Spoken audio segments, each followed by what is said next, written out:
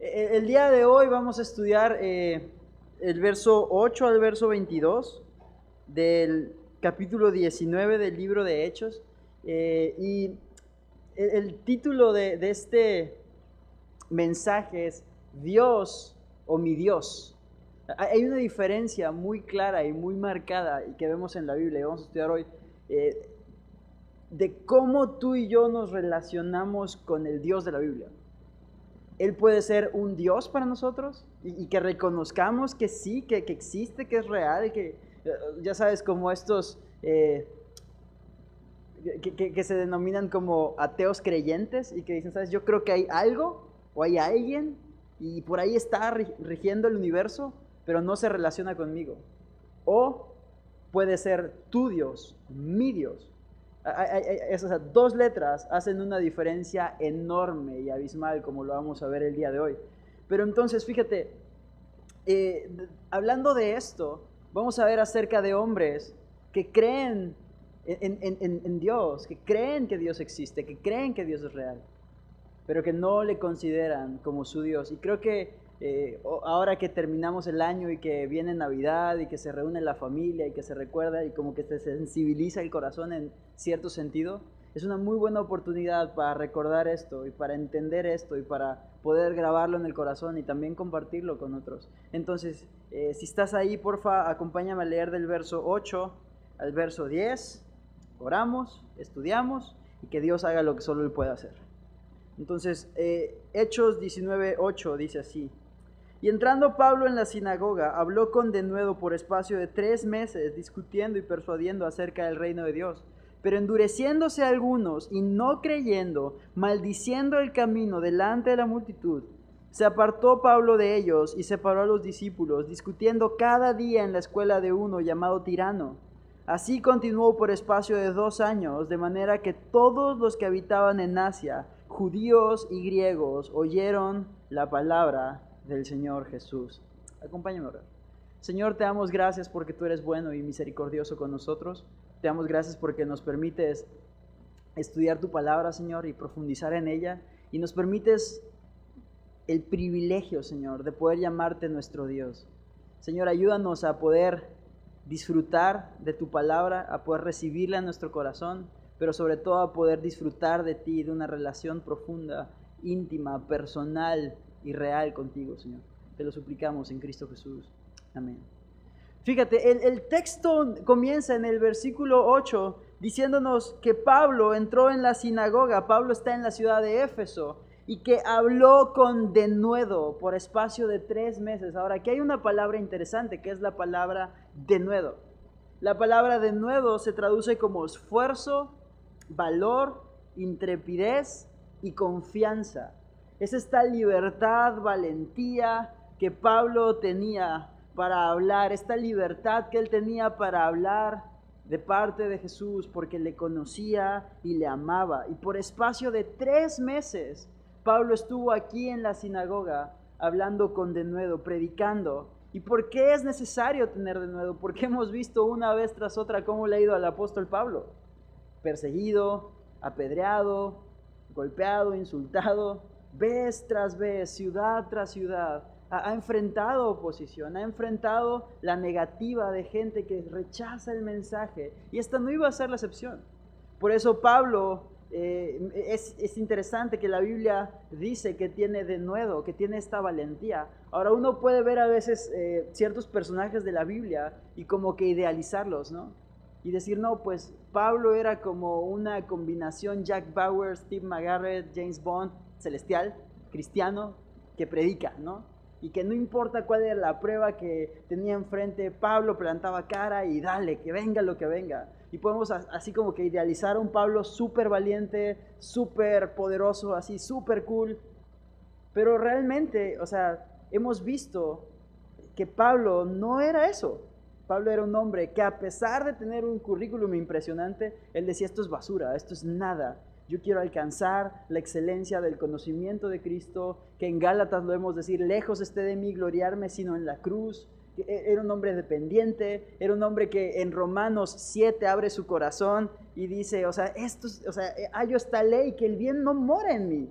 Miserable de mí, ¿quién me librará de este cuerpo de muerte? Y Pablo concluye, gracias doy a Dios por Jesucristo, porque Jesucristo es quien podía librarle de eso. En Corintios, Pablo dice, tengo un aguijón en la carne que me hace ser débil y he rogado ya 3 veces que me sea quitado y Dios me ha dicho, bástate mi gracia. Y Pablo dice, su poder se perfecciona en mi debilidad. Entonces más bien me voy a gozar en lo que es mi debilidad, me voy a alegrar cuando soy débil, porque cuando soy débil, su poder se perfecciona y entonces en Él soy fuerte. Entonces Pablo no era este personaje como ideal de película de Marvel. O sea, Pablo era un hombre real, con temores reales, con un cuerpo real, que se cansaba realmente, que se dolía realmente como tú y como yo. Y sabes, Pablo mismo en Efesios, justamente a los Efesios, en el capítulo 6 del verso 18 al 20, tú puedes leer que cuando Pablo les llama a los discípulos a que oraran, Pablo les dice, y oren por mí también, para que yo tenga denuedo, para que yo tenga esta valentía. Ahora, pregunta, cuando algo te sobra no lo pides, ¿estás de acuerdo? Pablo pedía que oraran por denuedo para él, porque él sabía que la prueba estaba allí enfrente, porque él sabía que necesitaba que Dios fuera quien le diera este valor y esta libertad y esta confianza para poder hablar y predicar acerca del reino de Dios a pesar de la situación que tuviese enfrente. Los apóstoles mismos, en el capítulo 4 de Hechos, no sé si te acuerdas que cuando Pedro y Juan son hostigados y de hecho también son azotados por predicar en el nombre de Jesús, ellos más bien cuando oran, ruegan por tener denuedo, ruegan por tener valentía, ruegan por mostrar esta confianza en Dios, en todo lo que ellos predicaban, en todo lo que ellos hacían. Así que mi hermano, creo que denuedo es algo por lo que tú y yo también podemos y necesitamos orar. Denuedo para hablar, denuedo para vivir, denuedo para trabajar de modo que sea evidente que tú y yo amamos a Jesús. Esta valentía, no para ser así super macho mexicano, sino esta valentía para poder demostrar un corazón ferviente, un corazón que se derrite de amor por Jesús, una vida que dignifica, glorifica y magnifica a Jesucristo. Eso es lo que tú y yo necesitamos pedir, denuedo. Entonces Pablo, con esta valentía que proviene de Dios, ha estado predicando en la sinagoga por espacio de 3 meses, discutiendo y persuadiendo acerca del reino de Dios. Pablo lleva ya un rato predicando acerca del reino de Dios, pero como te decía, de ley había oposición. Fíjate el verso 9, dice, pero endureciéndose algunos y no creyendo, maldiciendo el camino delante de la multitud, se apartó Pablo de ellos y separó a los discípulos, discutiendo cada día en la escuela de uno llamado Tirano. Fíjate, esto es rudísimo.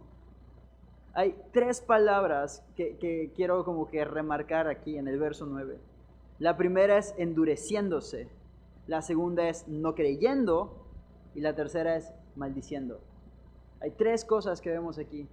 O sea, la primera es, ¿cómo llegas a maldecir este camino? El paso número 1 es endurecerte, endurecer el corazón.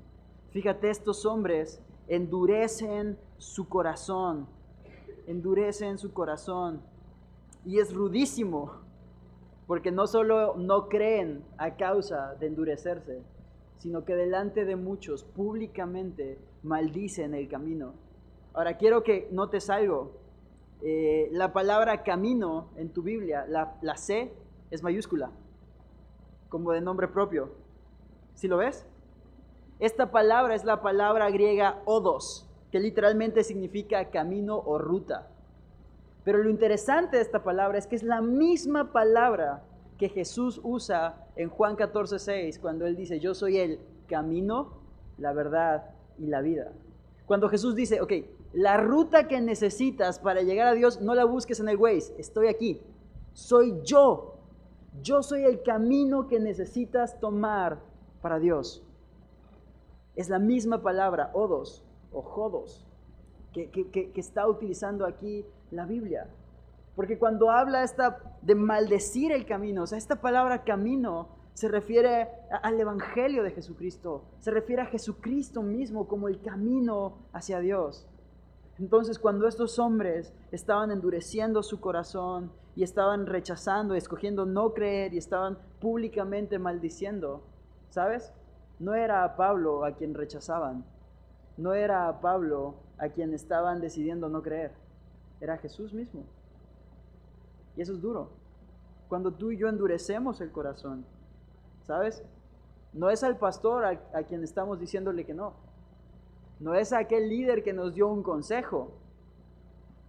¿Sabes? Cuando alguien llega y te abre la Biblia y te presenta el Evangelio y tú y yo escogemos lo contrario, no es esa persona a quien estamos rechazando. Es una invitación de Jesús mismo. Y eso a la vez debe darte un alivio, un terrible alivio. Porque cuando tú predicas y cuando tú compartes el Evangelio con alguien y tú presentas el Evangelio y alguien lo rechaza, ¿sabes? No te están rechazando a ti. Ese es el alivio. Pero lo terrible es que están rechazando a Dios y una invitación de salvación. Y es terrible para esa persona. Pero todo empieza con un corazón que se endurece. Por eso es cuán necesitados estamos de que Dios nos permita tener un corazón dócil, un corazón quebrantado. Fíjate, estos hombres se endurecen, no creen y maldicen. ¿Y qué es lo que hace Pablo? Fíjate, Pablo dice que se apartó de ellos y separó a los discípulos y cada día discutió con ellos en la escuela de uno llamado Tirano. O sea, Pablo toma aparte a los que sí son discípulos y los apartó, ¿no? Cuando estudiaba esto me da un poco de risa porque decía, probablemente Pablo es ahí como que de orígenes yucas, porque dice que los separó, o sea, no los tomó aparte, los separó, y así como dicen los yucas, sepárame esto. Así mismo, Pablo separa a los discípulos y continúa con las enseñanzas. Sigue enseñando en el salón de la escuela de un maestro gentil llamado Tirano. Pero lo que me llama la atención es que cada día hacía esto. Ahora, si tú has leído la carta de Efesios y has estudiado el libro de Hechos, sabes que Pablo trabajó durante este tiempo. ¿Sabes? Pablo no quería ser gravoso para la iglesia y no quería ser una carga. Entonces Pablo, igual que muchas otras personas, tenía un trabajo, hacía tiendas. Y durante el tiempo libre de Pablo, él iba a esta escuela. Algunos estudiosos sostienen que Pablo tenía sus reuniones en esta escuela al mediodía. Hay algunos escritos que no están en la Biblia y no son inspirados, pero son históricos, que enseñan que en ese tiempo en Israel la gente al mediodía no existía, era pueblo fantasma.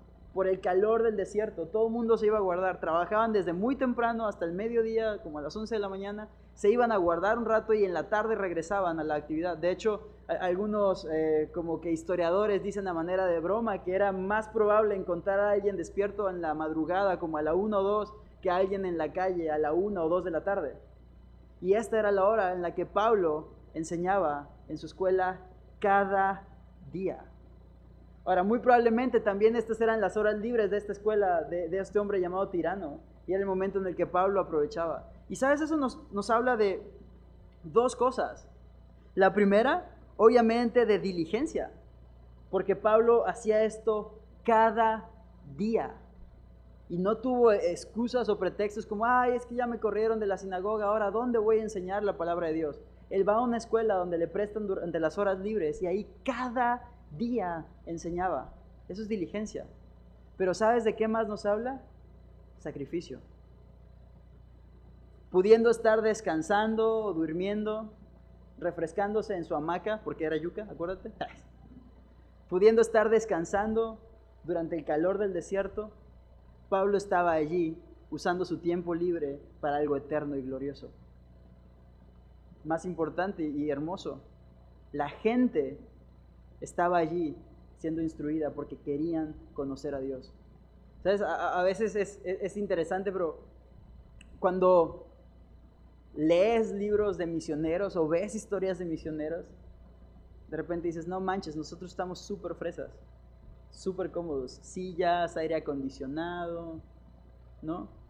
Y sabes, eso si bien es bueno y nos sirve y nos es útil, también tristemente en el corazón de muchas personas se vuelve algo mecánico y rutinario. Y es como, tengo una silla, tengo aire acondicionado, pues voy a la iglesia. Llego tarde, no pasa nada. O voy por mis cuates o por ver qué se hace después, si la gente va a cenar o qué onda. O pues porque es costumbre ir el domingo a la iglesia.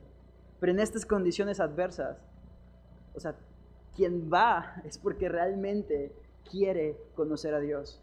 Y esto nos muestra un poco acerca del corazón de Pablo y de esta gente que sacrificaba horas de descanso, horas de sueño, horas del calor abrasador del desierto para poder estar allí siendo entrenados, para poder conocer a Dios, para poder crecer espiritualmente. O sea, ¿te imaginas? Este era el costo de discipularse en esos días. Y la gente lo hacía. La Biblia nos dice que era cada día por espacio de 2 años. Fíjate, el verso 10 dice, así continuó por espacio de 2 años, de manera que todos los que habitaban en Asia, judíos y griegos, oyeron la palabra del Señor Jesús. Me encanta eso. ¿Sabes?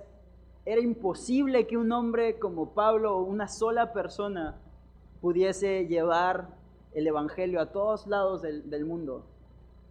Pero por eso me encanta lo que Pablo mismo escribe en Efesios capítulo 4. O sea, cuando habla de que Dios equipa a muchos para la obra del ministerio. Y Pablo se dedicó a eso, a invertir en el corazón de personas que pudieran ser equipadas para llevar el evangelio a más lugares.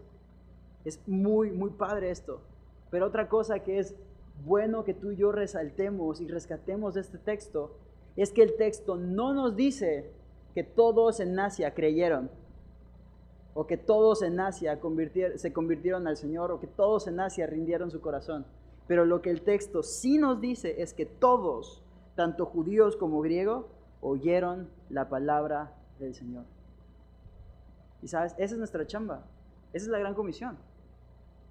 ¿Sabes? Tú y yo no podemos saber si toda la gente que nos rodea va a aceptar a Jesús o no, o va a rendir su corazón. Y la realidad es que no toda la gente que nos rodea va a aceptar al Señor.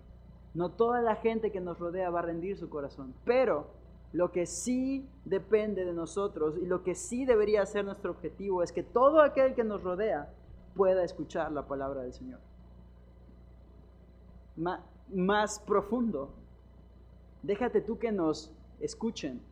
Todo aquel que nos vea necesita ver el evangelio en nuestras vidas, en todo lo que tú y yo somos, en denuedo, en sacrificio, en diligencia.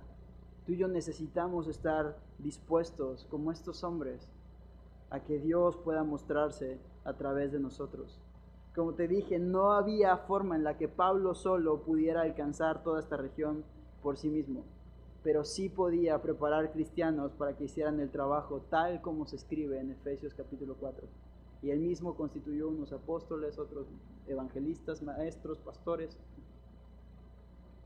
Dios mismo lo hizo y Dios sigue haciendo eso y puede hacer eso en ti y en mí. La pregunta es, ¿qué vamos a hacer? ¿Nos vamos a quedar cómodos o estamos dispuestos a ser diligentes, sacrificados y con denuedo? Fíjate, verso 11. Este está interesante. 11 y 12 dice, y hacía Dios milagros extraordinarios por mano de Pablo, de tal manera que aún se llevaban a los enfermos los paños o delantales de su cuerpo, y las enfermedades se iban de ellas, y los espíritus malos salían. Fíjate, y hacía Dios milagros extraordinarios por mano de Pablo. Y este es uno de estos textos que, si lo lees de rápido, como que te puede confundir un poco, ¿no? Por ese tema de los trapitos milagrosos, ¿no? Y así como que, entonces, ¿qué? Sí, el pañuelito orado, no, ¿qué onda con esto, no? Pero fíjate, te lo prometo, ha pasado. Pero fíjate, realmente el texto se explica solo. Lucas nos afirma que había milagros extraordinarios que Dios estaba haciendo, y eso es importante, Dios estaba haciendo por mano de Pablo, y nos da un ejemplo claro, ¿no? Pañuelos de Pablo que los ponían sobre enfermos y sanaban, los ponían sobre endemoniados y eran liberados, y era algo súper inusual, o sea, de hecho, son pocas las veces en la Biblia que ves cosas parecidas. Una la puedes encontrar, por ejemplo, en Hechos capítulo 5, verso 15, con el tema de la sombra de Pedro. La otra la puedes encontrar en Mateo 14, 36, que es esta mujer del flujo que se acerca y toca el borde del manto de Jesús. Y de repente este pedazo de tela obra para gloria de Dios en poder y sanidad. Y Dios ocupa eso en su misericordia para sanar personas. Y tú dices, ¿cómo empezó esto en Éfeso? O sea, ¿de quién fue la idea? O sea, ¿te imaginas eso? O sea, como, fíjate que un día, o sea, pues mi esposa estaba enferma y vi que a Pablo se le cayó el trapito con el que se limpia el sudor y se me ocurrió llevárselo y se lo puse en la cabeza y mocos, sanó. Y dices como, órale, no, pues, está bien, ¿no? O sea, ¿te imaginas? O sea, ¿de quién fue la idea? ¿Cómo empezó eso? La realidad es que no sabemos exactamente, pero en Éfeso era un lugar donde la superstición y la magia y la hechicería eran como que estaban a la orden del día. Entonces es muy probable que incluso con superstición alguien haya llegado y tomado un pañuelito y se lo haya llevado así como pensando que era poderoso, así como chicle y pega, y pegó. Y tú dices, entonces, ¿qué onda? ¿Dios se alegra de la superstición? ¿Dios usa como que la magia y la hechicería? No. Esto no significa que a Dios le agrade la superstición, pero en su misericordia Dios puede utilizar aún estas cosas para suplir necesidades. Ahora, hay otra cosa que quiero que notes. El texto, como te dije, se explica solo, porque el texto dice, y hacía Dios milagros extraordinarios. Y esta frase explica todo. Es sencillo. Si algo es extraordinario, quiere decir que es fuera de lo común, que no es normal. Si esto fuera algo que pasara de día en día, adivina qué, mi amigo, ya no sería fuera de lo común, sería común, sería ordinario, sería rutinario, sería algo del día a día. No sería algo extraordinario, por lo cual tú y yo no debemos esperar que esto siga pasando todos los días. O sea, y a veces hay gente que dice, pero ¿por qué pasaba eso en Hechos? ¿Y por qué yo le oro al trapito y se lo llevo al enfermo y no sana? Porque Dios estaba haciendo algo extraordinario en ese momento. Porque por su misericordia, Él toleró la superstición de estos hombres para suplir una necesidad para que ellos pudieran ver su gloria. Pero si eso pasara a diario, ya no sería extraordinario. Si eso pasara a diario, sería más nuestra superstición que realmente fe. Si eso pasara a diario, sería una dependencia en nosotros o en quién tiene el don, en lugar del Dios que provee el don, del Dios que provee la sanidad, del Dios que hace las cosas de manera hermosa.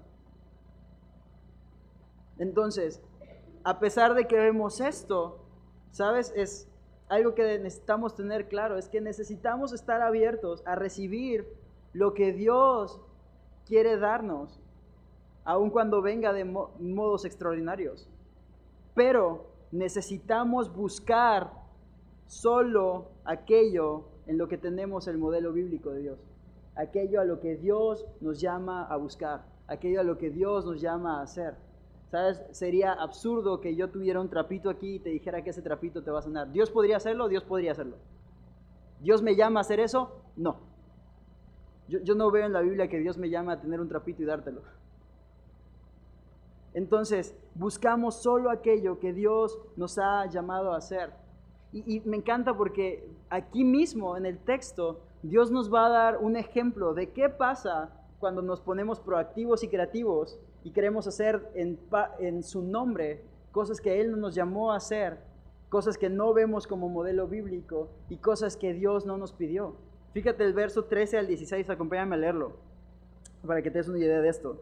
Dice, pero algunos de los judíos, exorcistas ambulantes, intentaron invocar el nombre del Señor Jesús sobre los que tenían espíritus malos, diciendo, os conjuro por Jesús, el que predica Pablo. Había 7 hijos de un tal Esceva, judío, jefe de los sacerdotes, que hacían esto. Pero respondiendo el espíritu malo dijo: a Jesús conozco y sé quién es Pablo, pero vosotros, ¿quiénes sois? Y el hombre en quien estaba el espíritu malo, saltando sobre ellos y dominándolos, pudo más que ellos, de tal manera que huyeron de aquella casa desnudos y heridos. Chécate, algunos de los judíos, exorcistas ambulantes. Eso es bien interesante. O sea, en ese momento era como una profesión ser exorcista ambulante. Obviamente era una profesión bastante pirata, pero era una profesión. O sea, es que, neta, imagínatelo. ¿Y tú a qué te dedicas? Soy abogado, y tú, soy exorcista. Es como raro, ¿sabes? Pero era lo que ellos hacían, y con superstición y ceremonias y todo el tema ejercían su profesión, ¿no? Y un grupo de estas personas ven lo que está pasando en el ministerio que Dios le ha dado al apóstol Pablo, y ven las sanidades, y ven lo de los trapitos, y ven, o sea, como que la gente, y dicen: ah, mira, se ve chido. ¿Y si lo hacemos nosotros? Ojo, no ves en el texto que Dios los haya llamado a hacerlo, pero ellos dicen: ¿y qué tal si la aplicamos? Y entonces ven lo que está pasando no como un milagro de Dios y una muestra de su poder, sino como una especie de sistema o herramienta que ellos pueden implementar en su negocio de por sí. O sea, es como, ok, veo que eso pega, simplemente voy a añadirlo a lo que ya de por sí yo quería hacer, y que Dios me bendiga este rollo. Y entonces, vámonos a darle con todo. Y ven a Jesús como una especie de estrategia de crecimiento para lo que ellos ya querían hacer, en lugar de verle como un Salvador que les amaba y que quería que se arrepintieran y dejaran eso y vinieran a Él. Ellos no ven realmente la muestra de poder de Dios, ven una oportunidad de crecimiento para su chamba. Y tristemente así hay muchos hoy en día. Un montón de gente que ve a Dios como un medio para lograr algo, como una herramienta que van a añadir a su profesión o a su empresa para que entonces todo despegue como ellos quieren. ¿Sabes? O sea, yo tengo esto y pues yo creo que pues si oro o si sirvo o si ofrendo o si hago esto, entonces Dios me va a bendecir mi chamba y entonces voy a hacer lo que yo quiera. Y ven a Dios como un medio para alcanzar algo, pero no realmente como el fin. Incluso tristemente muchos hoy en día ven el ministerio y a la iglesia como eso, como un negocio. Me acuerdo cuando yo salí de la escuela del ministerio, un pastor de Argentina estuvo ahí predicando en la ceremonia, y platicando con él me contaba, ¿sabes? Es triste que en Argentina tú ves en el periódico anuncios como tipo Onda Herbalife, que dicen: oportunidad de negocio, crea tu propia empresa, pon tu iglesia. Y te rentan local y sillas, te hacen una imagen como iglesias porque creen que es como un negocio. Y tristemente hay mucha gente, y por eso ves gente lastimada y gente abusada, porque ven a la iglesia como algo de donde obtener recursos. Y sabes, la realidad es que incluso en la iglesia misma, o sea, a veces ves a ciertas iglesias y ciertos ministerios y el presupuesto que tienen para eventos y para invitados y tiene un mega auditorio y tiene un chorro de cosas, y está padre. Pero la realidad es que me atrevo a decir que más del 90% de las iglesias no son así. Más del 90% de la iglesia, o sea, son iglesias pequeñas. Y entonces, ¿qué a ellos? ¿Dios les ama menos? Para nada. Pero el ministerio es un llamado. Es algo en lo que Dios nos pone a servirle, no por obtener algo, sino porque le hemos obtenido a Él. Porque tenemos su amor. Entonces el ministerio realmente no es eso. El Jesús de la Biblia no es eso.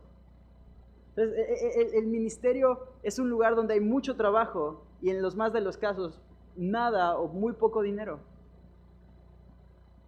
Porque el Jesús de la Biblia no nos llama a estar con Él por obtener algo, por obtener un beneficio. El Jesús de la Biblia no nos llama a venir a Él para que nuestra empresa crezca, para que nuestros hijos cambien. ¿Sabes? Esas cosas pasan a veces como fruto. Y sabes, Dios puede transformar el corazón de tu esposa, de tu esposo, de tus papás, de tus hijos, sí.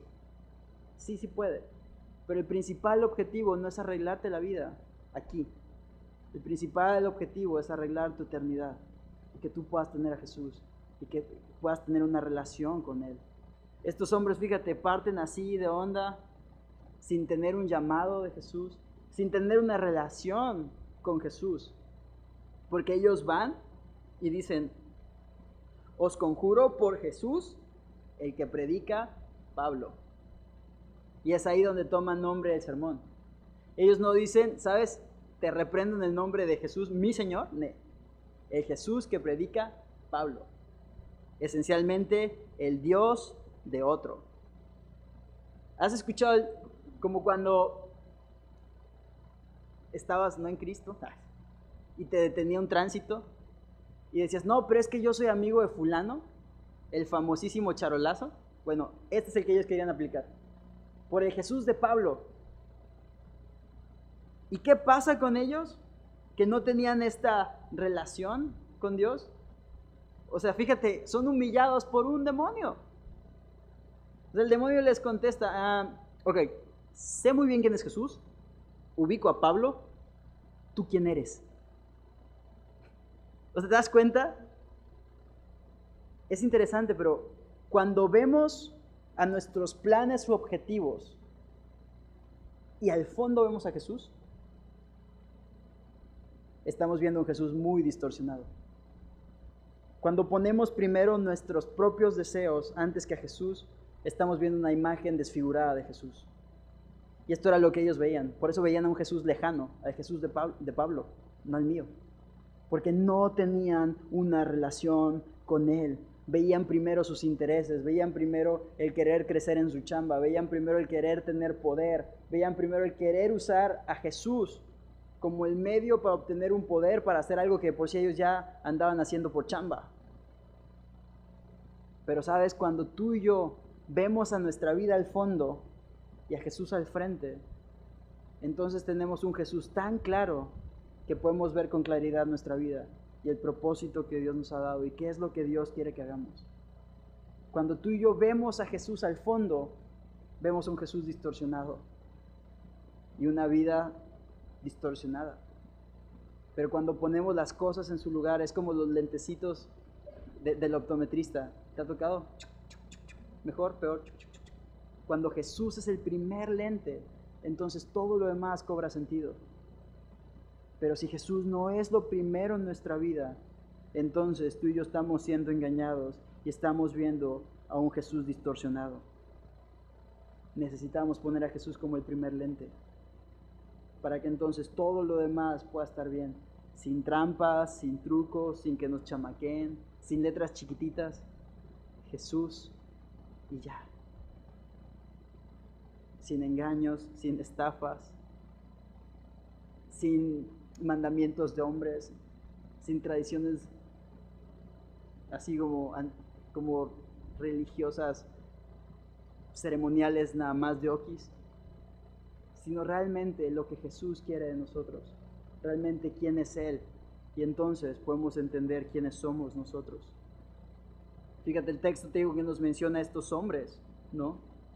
Tristemente hay muchos así hoy en día, que solamente conocen al Dios del pastor, o al Dios del hermano fulano, al Dios de mi abuelita, al Dios de mi esposa.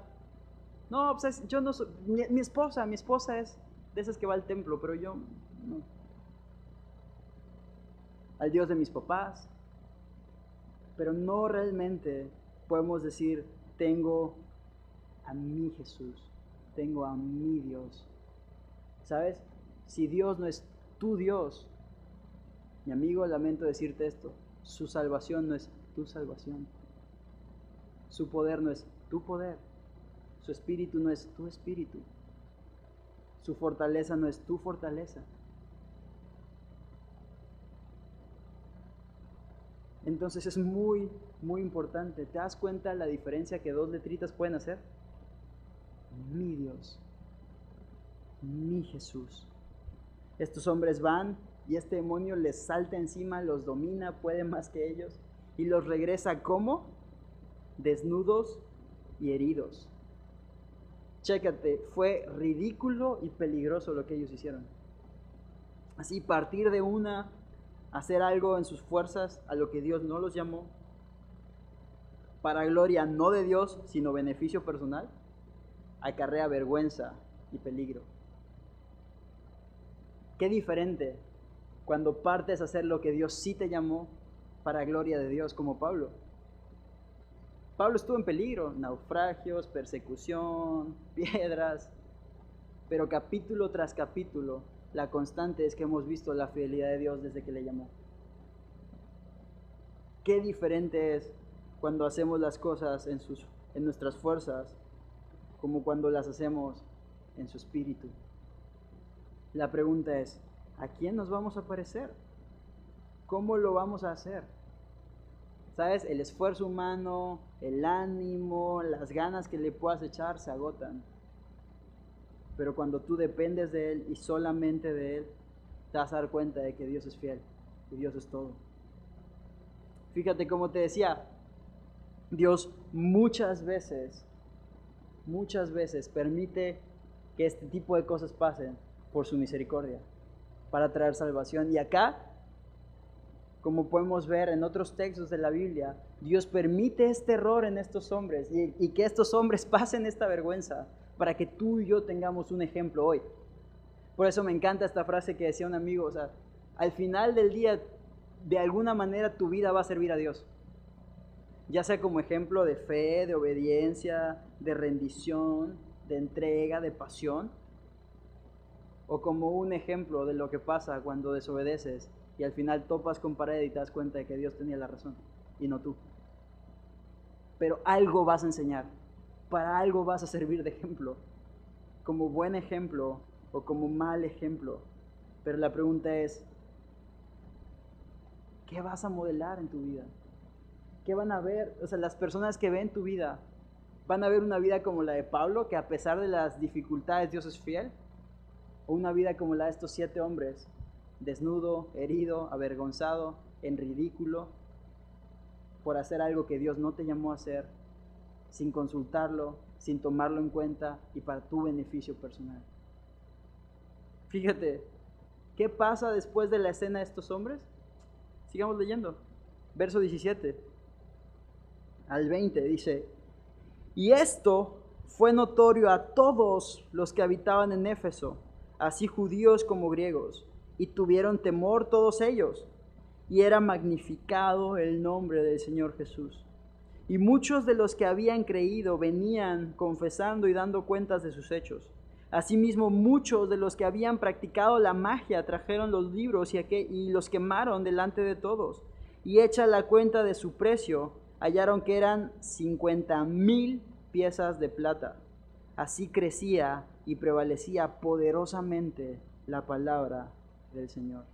Fíjate, y esto fue notorio. La palabra notorio se traduce como bien conocido. Fue bien conocido por todos los habitantes de Éfeso, judíos como griegos. ¿Y cuál fue el fruto? Tuvieron temor. El incidente con los hijos de Esceva impresionó a la gente, o sea, dejó huella. Y claro, o sea, no es como que muy común, ¿te imaginas? Ojo, si estos cuates eran exorcistas ambulantes, y te digo que esto lo ejercían como profesión, muy probablemente mucha de la gente los conocía. Los había visto una y otra vez en la calle, eran como estos personajes urbanos, ya sabes, conocidos. Y de repente los ves entrar a una casa a hacer su chamba y de repente los ves salir desnudos y heridos y avergonzados. Toda la gente vio eso, es como, wow, fue algo impresionante y que produjo un fruto, temor. Temor en el corazón de la gente. A través de lo que estaba pasando, la gente pudo tener temor. Fíjate, se dice que Éfeso era una de las ciudades donde en ese momento más se practicaba la magia y la hechicería. Había libros de magia que eran así como súper comunes, ¿no? Y la gente, o sea, incluso gente de la iglesia los tenía porque lo veían como con cierta inocencia. Y de repente llega Pablo y Dios empieza a obrar a través de él, hablando y haciendo milagros, y ven un Dios poderoso, real, misericordioso, como no lo habían visto antes. Ven una relación real, ven un Dios real, y por otro lado ven charlatanes, avergonzados, heridos, sin un Dios real. Y la gente ve eso y hace el contraste y tiene temor de Dios. Y sabes, eso es algo bueno. Magnificaron el nombre del Señor. Quiero que notes algo. ¿Cómo empezó este texto en el versículo 8 y 9? ¿Te acuerdas que la gente se endurecía en la sinagoga? No creía y aparte maldecía el camino. Y aquí tienes un fruto distinto. Tienes gente así, con temor, magnificando a Jesús, magnificando a Dios mismo. ¿Cómo llegamos a este punto? Temor de Dios. Ahora, cuando hablamos del temor de Dios, no estamos hablando de un miedo malo y ansioso, así como delirio de persecución, sino de un temor real y reverente del Señor que nos permite verle como Él realmente es. O sea, cuando ven esto, ellos pueden ver el poder real de Dios. Cuando se dan cuenta de la realidad espiritual que está ocurriendo alrededor, ellos pueden ver a un Dios real, tal como Él es. El temor de Dios nos capacita para ver a Dios como lo que Él es, no como Jesucito o Diosito o Michuy o Chucho. O sea, Dios es un Señor glorioso, Jesús es glorioso. Jesús no es como nada más como mi compa, así es que Jesús y yo, choque de puñitos, no. Jesús no es algo para hacer chistes. Jesús no es un personaje así como casual de televisión. Jesús es el Rey del universo. Y el temor de Dios nos capacita para verlo como realmente Él es. Como el Dios del que Isaías 40, verso 12, dice que midió las aguas con el hueco de su mano y los cielos con su palmo y que con 3 dedos tomó el polvo de la tierra. Como el Dios que el mismo versículo 22, del capítulo 40, versículo 22 de Isaías, dice que Él extiende los cielos así, como una cortina. El Dios que Hebreos 12 dice que es fuego consumidor y que nada más de pura misericordia no nos ha consumido. Ese es el Dios de la Biblia. Ese es el Dios al que tú y yo necesitamos ver y tener temor. El Dios ante el cual necesitamos inclinarnos. Y el temor nos permite verle tal cual Él es. Proverbios 1:7 dice que el temor es el principio de la sabiduría. ¿Quieres tomar buenas decisiones? ¿Quieres ser sabio? Necesitas tener temor del Señor. Necesitas creer que Él es quien dice que es y hace lo que dice que hace. Proverbios 8, verso 13, dice que el temor de Dios es aborrecer el mal, es poder seguirle, no en la soberbia y arrogancia de nuestro mal camino, sino en la santidad y gloria de su camino. Es ponerme de acuerdo con Él. Es reconocer, ok, lo que tú llamas pecado es pecado. Lo que tú llamas malo, eso es malo. Aunque yo lo intente justificar, aunque yo diga que todo el mundo lo hace, aunque yo diga que no es tan grave, si tú lo llamas pecado, es pecado y tengo un terror terrible de desagradarte, porque te amo y porque sé quién eres. Y solamente cuando sé quién Él es y le veo como realmente Él es, no como Jesucito o Diosito, sino como el Dios glorioso que la Biblia describe, entonces puedo entender quién es el hombre. Entonces puedo tener una conclusión como Salmos 8. ¿Has leído Salmos 8? Fíjate, vamos a Salmos 8.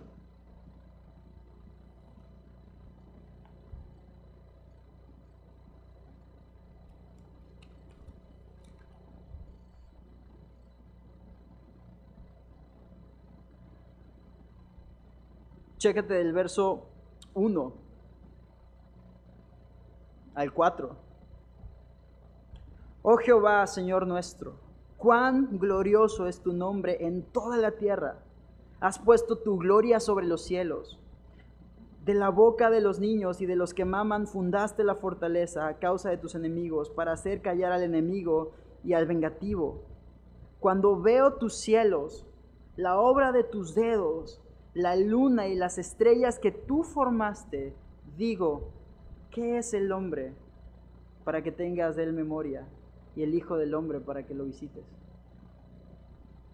Ver a Dios como realmente es nos va a hacer no querer ponernos en el cima de la montaña y así como el centro del universo, sino poder reconocer, o sea, a la luz de quién eres tú, o sea, Señor, ¿quién soy yo?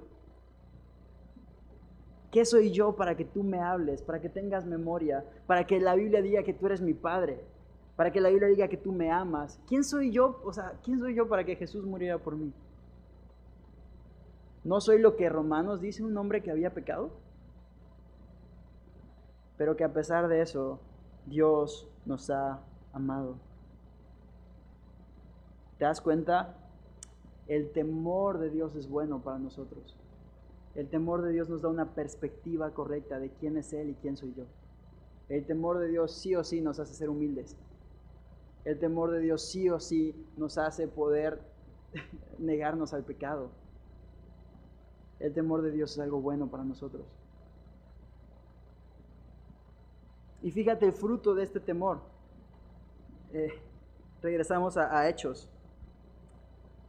Verso 18. Y muchos de los que habían creído venían confesando y dando cuenta de sus hechos. Asimismo, muchos de los que habían practicado la magia trajeron los libros y los quemaron delante de todos. Y hecha la cuenta de su precio, hallaron que era de 50,000 piezas de plata. Fíjate, muchos de estos que habían creído, cuando ven esto, se arrepienten y llegan y confiesan sus pecados y se convierten de su mal camino. Y no solo esto, sino que agarran y empiezan a deshacerse de esas cosas antiguas. Empiezan a quemar estos libros sin importar su valor. Fíjate, estos libros y pergaminos que te digo eran como súper comunes, ¿no? Pero lo interesante es que la Biblia nos dice que el valor de todos estos libros era de 50,000 piezas de plata. Para que tengas un punto de referencia. Por 30 piezas de plata, Judas estuvo dispuesto a entregar a Jesús. Acá estamos hablando de 50,000 piezas. Porque estas personas encontraron en Jesús algo mucho más valioso que sus libros de magia. Encontraron en Jesús algo mucho más valioso que la tradición que tenían, que las costumbres que tenían, que los hábitos que tenían, y llegan y se deshacen de esas cosas. Y sabes, los cristianos de hoy en día tenemos esa misma necesidad. Debemos hacer eso. Debemos desechar aquello que nos ata a nuestra vieja naturaleza, aquello que nos estorba para continuar creciendo. Y sabes, probablemente no todos aquí tengan ahí abajo de su cama su colección enciclopédica de brujería de 36 tomos, pero sí o sí todos tenemos cosas de las que nos podemos deshacer. Imágenes, archivos de computadora, números de teléfono, personas, hábitos, costumbres, vicios, lugares que frecuentábamos. Todos tenemos decisiones que tomar y cosas de las cuales necesitamos cada día despojarnos. Y la lista esas podría ser bien grande, incluso juegos o cosas así. Dios llenará el espacio en tu corazón de aquello que necesitas, a lo que necesitas renunciar para poder seguirle de cerca.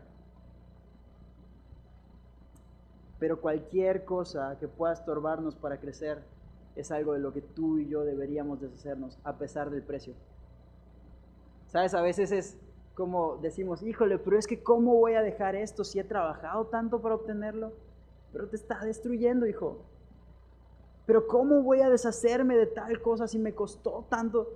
¿Cómo voy a dejar de hablarle a tal chava si me costó un chorro que me pelara? Necesitas tomar una decisión, hijo. Necesitas, o sea, a menos que encuentres a Jesús, tu especial y valioso tesoro, te va a ser muy difícil despojarte. Pero cuando encuentras algo súper valioso en Cristo, entonces es muy, muy fácil que te despojes. Muy, muy fácil. Fíjate, te doy un ejemplo. Sabes que a mí me encanta la comida. Y el día de hoy fue la comida de la empresa en la que trabajo. Y en un lugar padre. Y entonces a mediodía me acuerdo que yo tenía un chorro de hambre. Pero así un chorro de hambre. Pero la comida era a las 3:30. Y a la 1 de la tarde yo estaba así como que, oh, ya quiero comer. Pero pensaba en dónde iba a comer a las 3:30. Y era como, puedo aguantar, porque venía algo mejor por delante. Cuando tú y yo vemos a Cristo como algo mejor y algo glorioso, es fácil que podamos decir, puedo aguantar. Cuando vemos, o sea, cuando de repente escuchas, pero, o sea, ¿cómo que los cristianos no tienen sexo antes del matrimonio? O sea, ¿cómo? ¿Cómo voy a vivir sin sexo? Cuando entiendes que Dios diseñó algo glorioso en el matrimonio para el sexo, entonces dices, puedo aguantar. Puedo vivir así. Pues, pero ¿cómo? O sea, ¿cómo que los cristianos no mienten? O sea, pero es que si no miento, ¿cómo voy a avanzar en mi trabajo? Cuando encuentras en Cristo algo mejor que seguir avanzando en tu trabajo y encuentras en que Él puede darte una promoción sin necesidad de mentiras, sin necesidad de letras chiquitas, sin necesidad de trucos. Cuando pones tu corazón en Él y no en lo que estás haciendo, entonces puedes hacerlo. Pero ¿que los cristianos no roban? Pero es que me pagan bien poquito, ¿cómo no voy a reportar más ventas de las que hago? O sea, todo el mundo lo hace. Cuando encuentras en Cristo algo mejor que tu dinero, entonces puedes hacerlo, sin importar el precio. Cuando encuentras en Cristo un deleite mayor que cualquier otra cosa, es lo que veíamos el domingo de adoración. Cuando encuentras que puedes ser más satisfecho y más pleno en Cristo, y que Cristo es glorificado en la medida en la que tú eres satisfecho en Él, entonces estas dos posturas no tienen que pelearse, sino puedes reconciliarlas en la cruz. En Cristo tú puedes ser satisfecho y Dios puede ser glorificado. Así de simple. Pero necesitas encontrar en Cristo tu especial tesoro, tal como hicieron estas personas. Y entonces rechazaron aquello que les estorbaba. Y entonces se deshicieron de él, a pesar del precio, a pesar del costo. Y fíjate qué nos dice el verso 20. Así crecía y prevalecía, ¿cómo? Poderosamente la palabra del Señor. Fíjate, esto nos demuestra claramente que todo lo que vimos valió la pena. La palabra de Dios crecía, y me encanta esa palabra, prevalecía. O sea, la palabra prevalecer se traduce como continuar, mantenerse, sobreponerse, sobresalir o imponerse. Dentro de toda la cantidad de problemas que ocurren con estos cuates exorcistas, la palabra de Dios continuaba creciendo. Dentro de todas las dificultades que hay en este mundo y en esta vida, mi amigo, la palabra de Dios puede prevalecer. La pregunta es, ¿va a prevalecer en tu corazón? ¿O en tu corazón va a prevalecer el pecado? ¿Qué vas a escoger?